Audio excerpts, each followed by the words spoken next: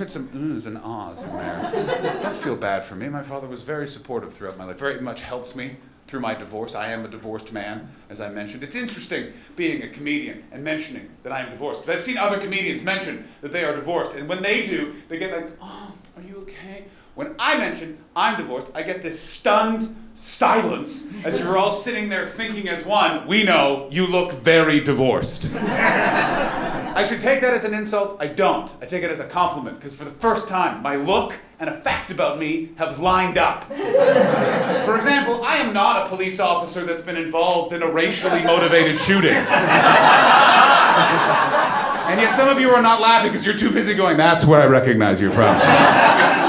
I'm not an athlete at all. Do you know how many people have been disappointed that I'm not an athlete? Do you know how many people have kicked a ball towards me only to get out? Why? Why would you do that? I am clinically not an athlete. I have something called dyspraxia, which means I was born without reflexes or hand-eye coordination. It is a disability, and it's a very rare disability. So rare, in fact, that when I said dyspraxia, most of you didn't think, he lacks reflexes or hand-eye coordination. No, most of you sat there thinking, he's mispronouncing dyslexia.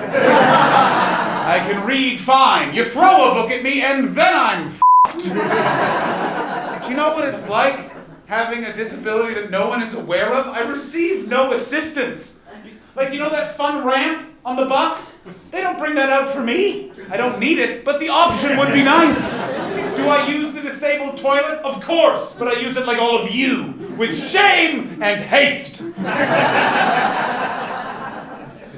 had to tell every member of my family about my divorce. That took a long time. My family is massive.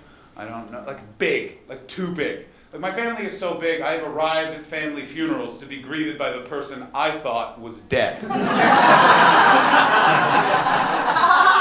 Oh, hello, Mike. What the f*** are you doing here? And my family doesn't tell me anything, so it was a weird experience to be telling them something, like nothing. Like for 5 years, my family walked in the MS walk, the walk for multiple sclerosis.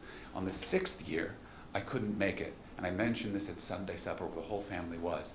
And they all kind of were like, that's a bit ridiculous. And I finally just sort of said, hey, I don't want to be rude here, but we don't know anyone who has multiple sclerosis. Why are we walking in support of research for that? Shouldn't we be supporting a cause closer to our own hearts, like alcoholism or heart disease? We don't need to walk for MS. We just need to walk towards a vegan restaurant. And then my aunt stood up and said, I have MS. I've had it for 6 years. Your dad was supposed to tell you. And then my dad raised his head from his plate of food and went, John, your aunt has multiple sclerosis. She's had it for 6 years. I was supposed to tell you. I was very nervous to tell my dad I was getting divorced, because here's the thing, I suffer from like low-level anxiety, not like the full-blown anxiety, not the like, I can't leave the house. My anxiety's more like I leave every social situation thinking, f*** that up a bit. Not enough to do something, but I will be thinking about it for the rest of my life. And it was ridiculous to be nervous to tell my dad I'm getting divorced. My dad has been divorced 3 times.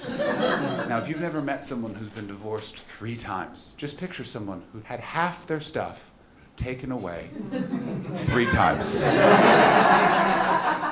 My dad's like a minimalist with baggage.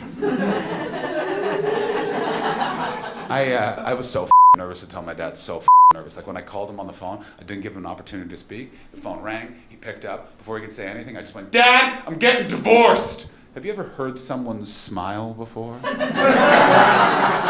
And then his response was, holy shit, buddy, well guess what? Now you're gonna understand me, motherfucker. And then he hung up the phone.